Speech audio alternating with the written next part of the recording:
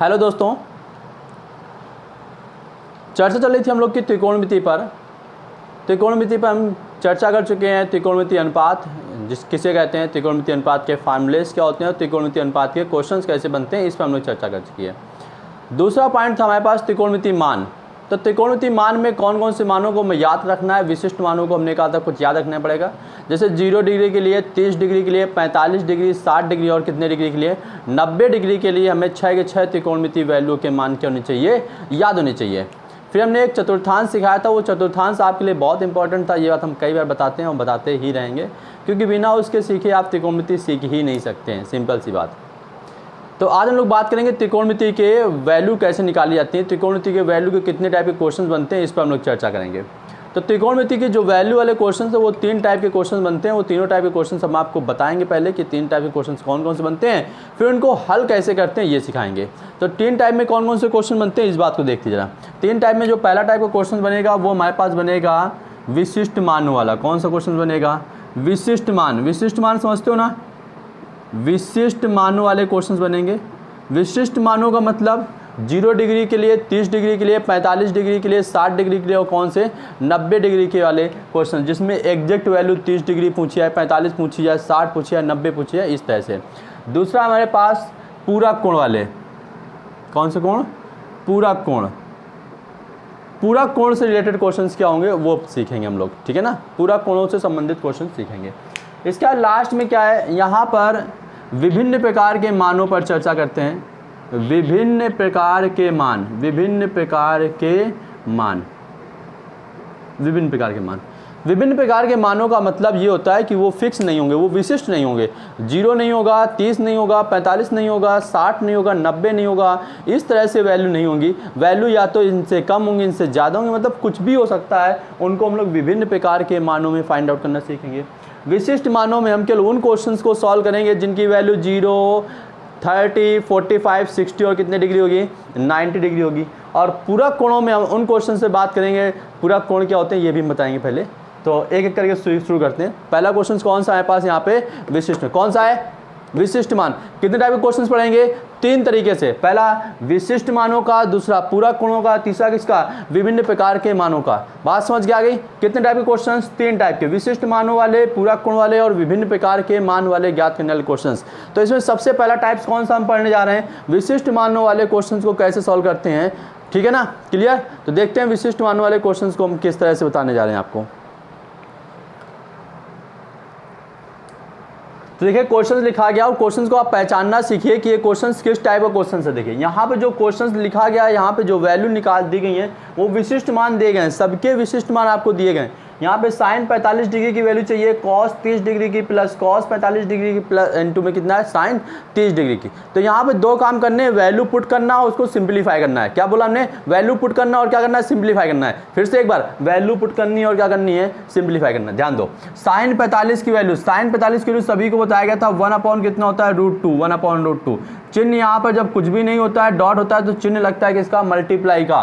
Cos 30 degree की value, तो cos 30 degree की वैल्यू होती है √3/2, √3/2, फिर प्लस, क्योंकि चिन्ह किसका है, प्लस। कॉस 45 की वैल्यू होती है 1/√2 और इनटू साइन 30 की वैल्यू होती है 1/2। इतनी बात सिंपल समझ में आ गई। इसका इसके साथ गुणा करेंगे तो 1 का मल्टीप्लाई √3 के साथ तो √3 सॉरी, इसका मल्टीप्लाई 2 का मल्टीप्लाई √2 से करेंगे तो बन जाएगा 2√2। फिर चिन्ह किसका आया, प्लस का। 1 का मल्टीप्लाई 1 से तो 1, 2 का मल्टीप्लाई 2√2 से तो 2 कितना आ गया, 2 आ गया। ये बात क्लियर हो गई। दोनों के हर सेम है, जब दोनों के हर सेम होते हैं तो वही एलसीएम बन जाता है। तो यहाँ पे बन गया 2/√2 और ऊपर वाली वैल्यू जैसे लिखी वैसे लिख देंगे, जुड़ नहीं सकती हैं क्योंकि एक वैल्यू अंडर रूट में है, एक पूर्ण वर्ग बनी हुई है। तो √3 + 1/2√2 यही हमारा क्या हो जाता है, आंसर हो जाएगा। बताओ कितना ईजी है, समझ गए बात को। क्या करना है, आपको विशिष्ट मानों की वैल्यू पुट करनी है, उसके बाद उसको क्या कर देना है, सिंप्लीफाई कर देना है। सीख गए होगे। देखते हैं अगला क्वेश्चन। देखिए अगले क्वेश्चन में कुछ लिखा गया इस तरह से कि sec square 45 degree plus cos square 45 degree, bracket close कर दिया गया है, मल्टीप्लाई में 1/2 इंटू एक्स लिखा है, इक्वल टू में क्या लिखा गया है 5। क्वेश्चन में कह रहा है कि इसकी वैल्यू ज्ञात कीजिए, एक्स की वैल्यू ज्ञात कीजिए। किसकी वैल्यू निकालनी है? एक्स की वैल्यू निकालनी है। तो हमने क्या कहा अभी सिखाया है, वैल्यू पुट करो, उनको सिंप्लीफाई करो। अच्छा यहाँ पर लिखा गया सेक स्क्वायर 45 डिग्री, जो बच्चे सीख रहे हैं वो ध्यान देना भी। क्या लिखा गया? Sec square 45 degree. हमें स्क्वायर को चर्चा मत करो, पहले ये बताओ कि सेक 45 डिग्री का मान क्या होता है। सेक 45 का मान वही होता है जो कॉस 45 का होता है, लेकिन विद के मान पाती है। तो इसकी वैल्यू होती है √2। कितनी होती है? √2। अब बताओ क्या लगा यहाँ पर, स्क्वायर लगा है तो इसका भी क्या लगा दोगे? स्क्वायर लगा दोगे। फिर plus cos square 45 degree, cos 45 की वैल्यू बताओ। तो कॉस 45 की वैल्यू होती है 1/√2। तो 1/√2 का क्या बन जाएगा? होल स्क्वायर, बड़का ब्रैकेट लगा लो, यहाँ पे कौन सा ब्रैकेट लगा लो? बड़का ब्रैकेट लगा लो। इनटू में क्या चल रहा था? 1/2, 2 का इधर मल्टीप्लाई कर दो तो ये बन जाएगा x, और 5 दूनी कितना हो गया? 10 हो गया। 10 हमें x की वैल्यू निकालनी है, हम दोनों वैल्यू को पक्षांतर कर सकते हैं। तो 2 से उधर मल्टीप्लाई करेंगे, कितना हो जाएगा? ये 10 बन जाएगा। ये बात भी क्लियर हो गई। इसको सॉल्व करेंगे तो ये हमारे पास आ जाएगा 2 प्लस इसको सॉल्व करेंगे तो 1/2 हो जाएगा, स्क्वायर खत्म हो जाएंगे, और इनटू में चल रहा था x और इक्वल टू में कितना चल रहा है? 10। ये बात भी समझ में आ गई। इसको सॉल्व करेंगे तो यहाँ पे एलसीएम ले लेंगे तो 2 दूनी 4 और ये कितना हो जाएगा? 5। 5/2 इनटू में x बराबर कितना हो गया? 10। ये बात समझ में आ गई। x की वैल्यू निकालनी है तो ये 2 बटे में मल्टीप्लाई में चला जाएगा, और ये मल्टीप्लाई में है तो इसके बटे में आ जाएगा। तो x बराबर हो जाएगा 10, ये गुणा में जाएगा तो 2, गुणे वाली संख्या बटे में जाएगी तो बटे में कितना हो गया? 5 हो गया। 5 एकम 5, 5 दूनी कितना हो गया? 10। तो x की वैल्यू कितनी आ गई हमारे पास? 4। x का मान कितना आ गया? 4। यही फाइनली क्या हो गया हमारे पास? आंसर्स हो गया। समझ गए बात को? Sec square 45 degree plus cos square 45 degree, bracket close किया गया, 1/2 इंटू में x बराबर कितना लिखा गया है? 5। वैल्यू पुट कर सेक स्क्वायर 45। इसलिए हमने बोला है मान याद होने चाहिए। आपको जितने अच्छे मान याद होंगे उतने अच्छे आप क्वेश्चन को कर पाएंगे। इसीलिए हम फोकस कराते हैं, आप वैल्यू याद करिए, सबकी वैल्यू याद करिए। सेक स्क्वायर 45 डिग्री, तो सेक 45 की वैल्यू √2 का होल स्क्वायर प्लस कॉस 45 की वैल्यू थी 1/2 का होल स्क्वायर, और ये 2 उधर अपॉन में था, उधर चला जाएगा मल्टीप्लाई में, तो 5 दूनी 10 बन जाएगा। इनटू में x लिख दिया। इसका स्क्वायर करेंगे तो 2 हो जाएगा, इसका स्क्वायर करेंगे प्लस 1/2 हो जाएगा। इनटू में क्या हो जाएगा हमारे पास? x बराबर कितना हो गया? 10। इसको एलसीएम लेके सॉल्व किया, 2 दूनी 4 और 1 5, 5/2 हो गया। इनटू में x था, x लिख दिया, बराबर कितना हो गया? 10। पक्षांतर के नियम से डिवाइड वाली संख्या मल्टीप्लाई में चली जाएगी, और मल्टी वाली संख्या मल्टीप्लाई वाली संख्या डिवाइड में आ जाएगी। 5 एकम 5, 5 दूनी 10, 2 का मल्टीप्लाई 2 से कर दो, कितना हो गया? 4। यही फाइनली क्या हो गया हमारे पास? आंसर्स हो गया। क्लियर है तभी? चलिए अगला क्वेश्चन देखते हैं। अगले क्वेश्चन में लिखा गया है कि tan square 45 degree minus cos square 60 degree equal to में x sine square 45 degree minus का टेन स्क्वायर कितने डिग्री? 60 डिग्री। क्वेश्चंस को आप देख करके भी बता सकते हैं कि इसमें क्या पूछा जा रहा है। बताओ क्या पूछा जा रहा है? अगर किसी को सेंस लगा पा रहे हो तो बताओ जरा। मैं इसमें बिल्कुल ठीक बोला उसने। किसकी वैल्यू पूछी जा रही है? x की वैल्यू पूछी जा रही है। जब क्वेश्चंस में आप सबकी वैल्यू आपको गिवन है, एक आपको अननोन या फिर आपको वेरिएबल दिख रहा है चर x, और उसी x का हमें क्या निकालना है? मान। फिर से वही काम समझ चुके होगे। क्या करना है? यहाँ पर वैल्यू पुट करनी है। बताओ 1045 की वैल्यू कितनी होती है? सुनाई नहीं पड़ा मैंने। कितनी होती है? हाँ ठीक है 1। 1045 की वैल्यू 1, तो 1 का स्क्वायर माइनस कॉस स्क्वायर 60 की वैल्यू, कॉस स्क्वायर 60 की वैल्यू 1/2। तो 1/2 का क्या लिख दिया गया? होल स्क्वायर, 1/2 का whole square equal to x sine 45 की वैल्यू, तो साइन 45 की वैल्यू बनती है 1/√2, 1/√2 का whole square minus 10 square 60 degree, 10 60 की वैल्यू होती है √3, तो √3 का क्या हो जाएगा? Whole square. वैल्यू पुट करना सीख लिया? कोई डाउट किसी को? वैल्यू पुट की, स्क्वायर था तो सबका क्या कर दिया हमने? स्क्वायर कर दिया। अब करते हैं इसको सिंप्लीफाई। वर्ग करना सबको आता है। 1 का स्क्वायर 1 होगा, माइनस 1/2 का स्क्वायर 1/4 बन जाएगा, इक्वल टू x, इसकी वैल्यू बन जाएगी 1/2 माइनस इसकी वैल्यू बन जाएगी 3। पक्षांतर के नियम से ये वैल्यू इधर आ जाएगी, तो 1 माइनस 1/4 माइनस वाला प्लस का 3 इक्वल टू इसका मल्टीप्लाई कर देंगे तो x बटे कितना बन जाएगा? 2 बन जाएगा। अब इसको सॉल्व करते हैं। एलसीएम ले लिया, कितना आ गया हमारे पास? 4 एलसीएम ले लिया तो ये 4 बन गया। 4 माइनस 1 प्लस कितना बन गया? 3, और इक्वल टू में कितना बन गया? x/2। क्लियर बात कितनी हुई? 2 से इसको डिवाइड किया, 2 1 जा 2, 2 2 जा 4। इनको सॉल्व किया तो 4 3 7, 7 माइनस 1/2 बराबर में कितना हो गया? x। 7 माइनस 1/2 बराबर 6/2। 6/2 का मतलब कितना हो गया 3। तो x का आंसर कितना आ गया 3। x की वैल्यू कितनी आ गई 3। बात समझ गए ना, क्लियर। तो इस तरह से हमने कहा कि वैल्यू निकालना आप लोग सीखे ले रहे हैं कि आपको केवल वो विशिष्ट मान वाले क्वेश्चन से ही हम बता रहे हैं जहाँ पे वैल्यू आपको फिक्स एग्जैक्ट पता होती हैं। इतना क्लियर हो गया। चलिए आगे देखते हैं अगला क्वेश्चन। दोस्तों एक स्टूडेंट बोल रहा है कि सर आंसर 15/2 आ रहा है। 15/2 आ रहा है इसका आंसर। इसका मतलब कहीं क्वेश्चंस करते समय कुछ गलती हो गई। जरा उस गलती को कोई बताना चाहेगा क्या हुआ है? जो बता रहा है गलती हुई तुम बताओ जरा, क्या बताना चाहो, कहाँ पे हो रहा है मिसप्रिंट? अच्छा ये बात ठीक कहा उसने कि सर यहाँ पे एलसीएम लिया गया तो आपने 3 के साथ एलसीएम नहीं निकाला है। ठीक है, ध्यान देते हैं इसको जरा। तो बोला गया है कि एलसीएम जब लेना था तो एलसीएम लिया हमने, कितना आ गया एलसीएम हमारे पास 4। यहाँ पे वैल्यू बन जाएगी 4 माइनस 1 और ये प्लस का हमारे पास कितना हो जाएगा 4 3 12, ये 12 बन जाएगा। बिल्कुल ठीक, बात समझ गया था तुम्हारी हम। x/2 बहुत सही, क्या बात है। इतने मन से पढ़ोगे तो मज़ा आएगा सिलेक्शन देने में, क्योंकि आप चीज़ों को नोटिस करते हैं कि कहाँ पे गलती कर रहे हैं आप। तो बहुत अच्छी बात है कि आपने उस चीज़ को नोटिस किया कि कहाँ पे आंसर डिसमैच कर रहा है, हमारा आंसर कुछ दूसरा रहा है, सर का आंसर कुछ दूसरा रहा है, तो कहाँ गड़बड़ी हो रही है उसको पकड़ भी लिया कि भाई एलसीएम लेते समय कहीं गड़बड़ी हो गई थी।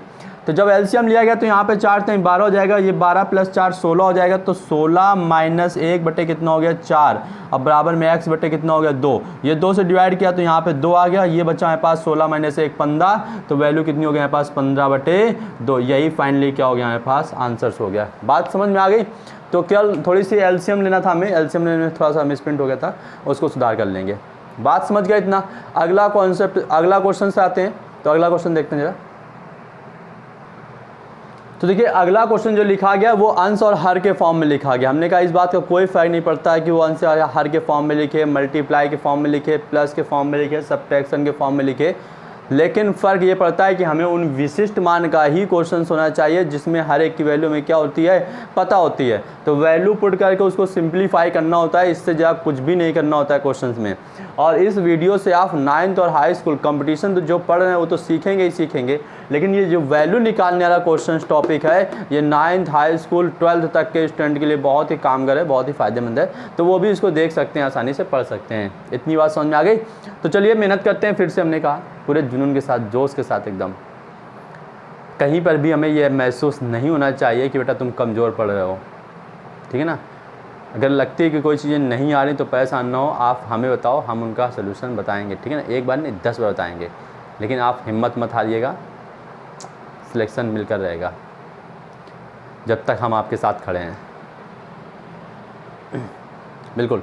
तो क्वेश्चंस में लिखा गया है tan square 60 degree, cos sec 30 degree, cot 45, sec 45 और sec कितना लिखा गया है 60 डिग्री लिखा है। इतनी बात अब लोग समझ चुके होंगे कि हमें क्या करना है, हमें क्या करना है, वैल्यू पुट करनी है, उनको सिंप्लीफाई करना है। तो वैल्यू पुट करते हैं, चलिए। अच्छा tan स्क्वायर 60 डिग्री, तो tan 60 की वैल्यू सबको पता है कितना होता है √3, तो √3 का स्क्वायर कर दिया, फिर चिन्ह किसका आएगा इनटू का। cos sec 30 की वैल्यू होती है हमारे पास 2, कितनी होती है 2, और cot 45 की वैल्यू कितनी होती है 1 लिख दिया। अपॉन में आ जाओ, तो वैल्यू हमारे पास अपॉन में लिखेंगे, तो अपॉन में लिखेंगे sec स्क्वायर 45, तो sec 45 की वैल्यू कितनी होती है √2, सबको पता है कितनी होती है √2, तो √2 का होल स्क्वायर कर देंगे, √2 का होल स्क्वायर इनटू sec 30 की वैल्यू, sec 30 की वैल्यू होती है 2, कितनी होती है sec 30 की वैल्यू 2, तो ये 2 रख दिया। ये 2 से 2 क्या हो गया कैंसिल हो गया, √3 का स्क्वायर करेंगे तो 3 मिल जाएगा, √2 का स्क्वायर करेंगे कितना मिल जाएगा 2, तो आंसर कितना आ गया हमारे पास 3/2। कितना आंसर आ गया 3/2 आंसर्स आ गया। क्लियर आता अभी? अब कोई डाउट है देख लेना, मिला लो जरा, गौरव मिला के देखना जरा कि आंसर सही आ रहा है। ठीक है, तो आंसर्स आ गया हमारे पास कितना 3/2, तो 3/2 हमारा सही जवाब हुआ। तो ये हमारे पास कौन से क्वेश्चन हो गए विशिष्ट मानों वाले। विशिष्ट मानों वाले क्वेश्चन को आप कैसे करेंगे अब आप इतनी बात समझ चुके होंगे। चलिए एक क्वेश्चन और देखते हैं। तो देखिए अगला क्वेश्चन क्या लिखा गया हमारे पास। अगला क्वेश्चन लिखा गया है आप लोग के लिए कि x cot square 45 degree minus sec square 60 degree plus sin square 30 degree equal to कितना है 1/8। इसमें किसका मान निकालना है ये जरा हमें देख करके दो क्वेश्चन पे। बिल्कुल ठीक कहा, किसका मान निकालना है इस बार हमें x का मान निकालना है। तो x का मान निकालने के लिए तैयार हो जाइए। चलिए शुरू करते हैं। अच्छा एक काम करते हैं, ये क्वेश्चन आप घर से करके लाइए, ठीक है ना, क्लियर। तो इसका आंसर हमें दीजिएगा कमेंट्स बॉक्स में और देखते हैं कितने लोगों का जवाब सही मिलता है। ये हम आपके आंसर्स को वहाँ पर रिप्लाई कर देंगे, ठीक है ना। तो चलिए ये क्वेश्चंस आपके लिए घर से करके इसके आंसर्स हमें कमेंट्स बॉक्स में दीजिएगा, क्लियर। आगे का कॉन्सेप्ट पढ़ते हैं हम लोग, अगले टॉपिक में क्या पढ़ना है इसमें। तो अगला जो कॉन्सेप्ट हमारे पास उसमें हमें पढ़ाएंगे, तुम लोग आप लोग बताएंगे कि कोण भी में प्रकार होते हैं। 2 प्रकार के कोणों की बात करेंगे यहाँ पे, समपूरक कोण और पूरक कोण। 2 प्रकार के पूरक कोण क्या होते हैं और समपूरक कोण क्या होते हैं। एक 2 वर्ड लिख रहे हैं हम यहाँ पर कोणों को डिवाइड करते हुए। पहला हमारे पास पूरक कोण कॉम्प्लीमेंट एंगल, पूरक कोण जिसे हम बोलते हैं कॉम्प्लीमेंट एंगल, और दूसरा है समपूरक कोण जिसे बोलते हैं हम लोग सप्लीमेंट एंगल, समपूरक कोण। क्या होते हैं आखिरकार पूरक कोण और समपूरक कोण, कॉम्प्लीमेंट्री एंगल और सप्लीमेंट्री एंगल, इसको हम लोग जानते हैं अच्छे से। देखो, चाहे वो पूरक कोण की बात करें या फिर समपूरक कोण की बात करें, दोनों में पेयर होते हैं। क्या होते हैं, दोनों ही पेयर होते हैं। ये भी पेयर को रिप्रेजेंट करता है और ये भी किसको रिप्रेजेंट करता है, पेयर को रिप्रेजेंट करता है। ऐसे 2 एंगल्स, एक पेयर लिया जाए जिसमें 2 एंगल हों और जिनका जो सम होना चाहिए वो कितने डिग्री होना चाहिए, 90 डिग्री। ऐसे 2 एंगल जिनका योगफल 90 डिग्री होता है उसे हम लोग कौन से कोण बोलते हैं, पूरक कोण बोलते हैं। किसी एक को नहीं, 2। हमने कहा कि मान लो एक एंगल 30 डिग्री है तो इसका पूरा कोण कितने डिग्री होगा, 60 डिग्री होगा। 30 का पूरा कोण कितने डिग्री होगा, 60 डिग्री। या फिर ये बोलें कि 60 डिग्री का पूरा कोण कितना होगा, 30 डिग्री। कुछ बात समझ में आ रही है। हम ये कहना चाहते हैं कि जिन 2 कोणों का योगफल क्या होता है, जिन 2 कोणों का योगफल 90 डिग्री होता है उन दोनों कोण एक दूसरे के कैसे होते हैं, पूरक कोण होते हैं। क्या होता है, हमने जिन 2 कोणों का योगफल 90 डिग्री होता है वो दोनों कोण एक दूसरे के कैसे होते हैं, पूरक कोण होते हैं। तो अगर हम तुम लोग से बोलें कि साइन 50 डिग्री का पूरा कोण, तो आप उत्तर कितना लिखेंगे, 40 डिग्री लिखेंगे। कितना लिखेंगे, 40 डिग्री लिखेंगे।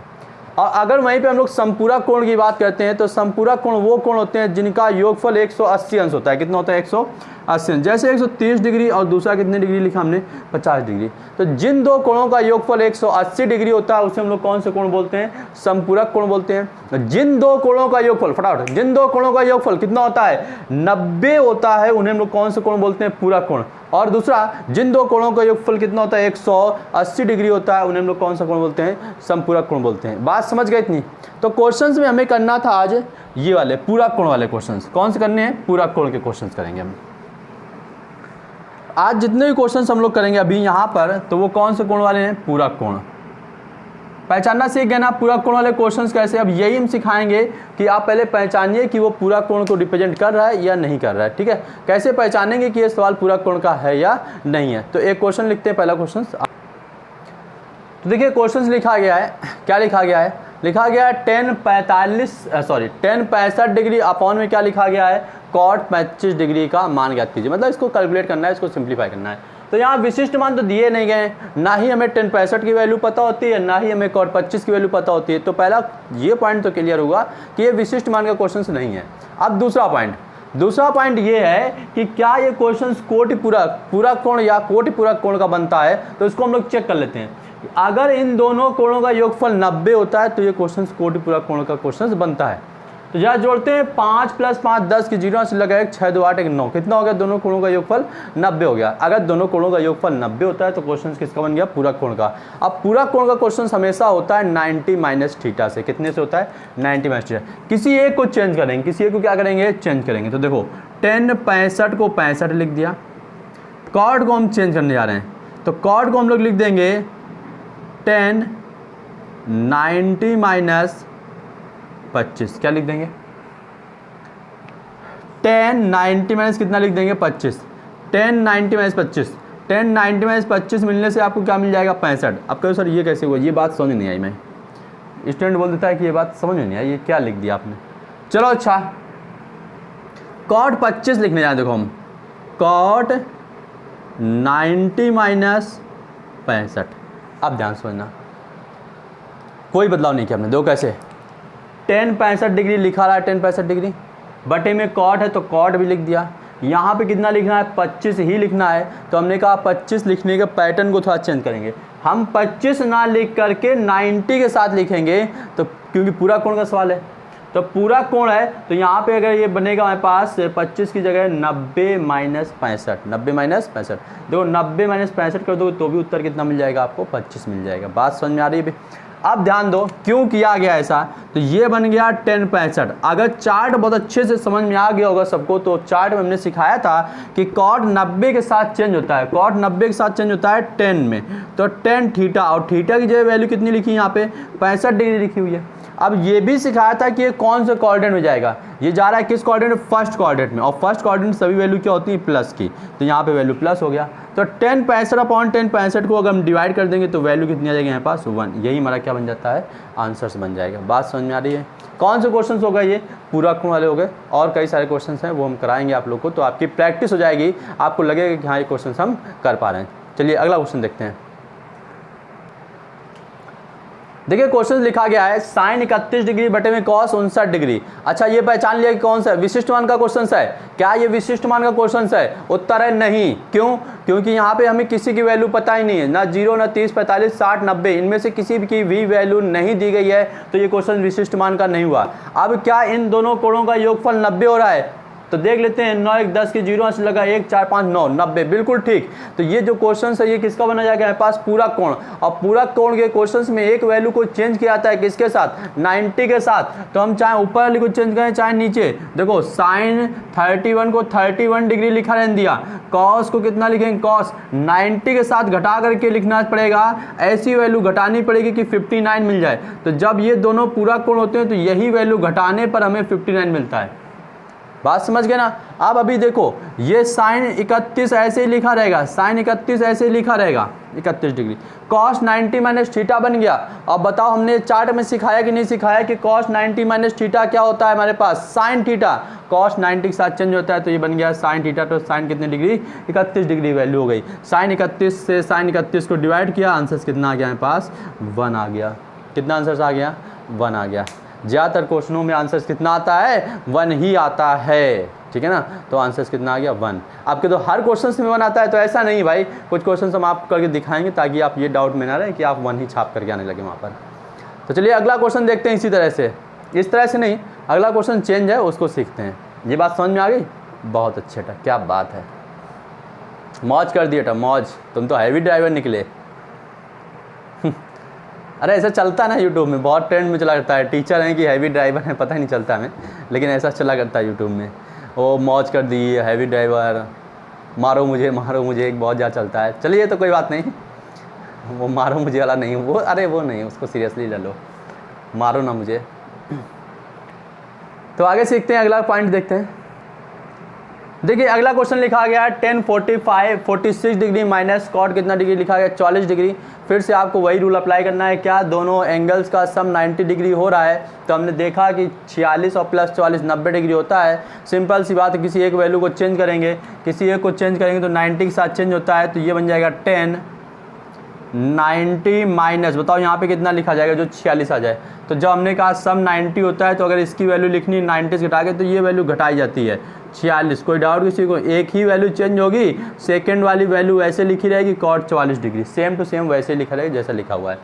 10 90 माइनस थीटा, अभी हमने सिखाया था कि 10 के साथ हर एक वैल्यू, 90 के साथ हर एक वैल्यू चेंज होती है त्रिकोणमितीय अनुपात। तो 10 चेंज होता है कॉट में, तो कॉट थीटा, तो कॉट कितने डिग्री बन गया, 44 डिग्री। और ये सभी वैल्यू प्लस की होंगी, क्यों? क्योंकि ये फर्स्ट कोऑर्डिनेट को रिप्रेजेंट करती हैं। तो कॉट 44 माइनस कॉट 44, बताओ कॉट 44, 2 माइनस 2 0, तो कॉट माइनस कॉट 0 हो जाएगा। बात समझ गए?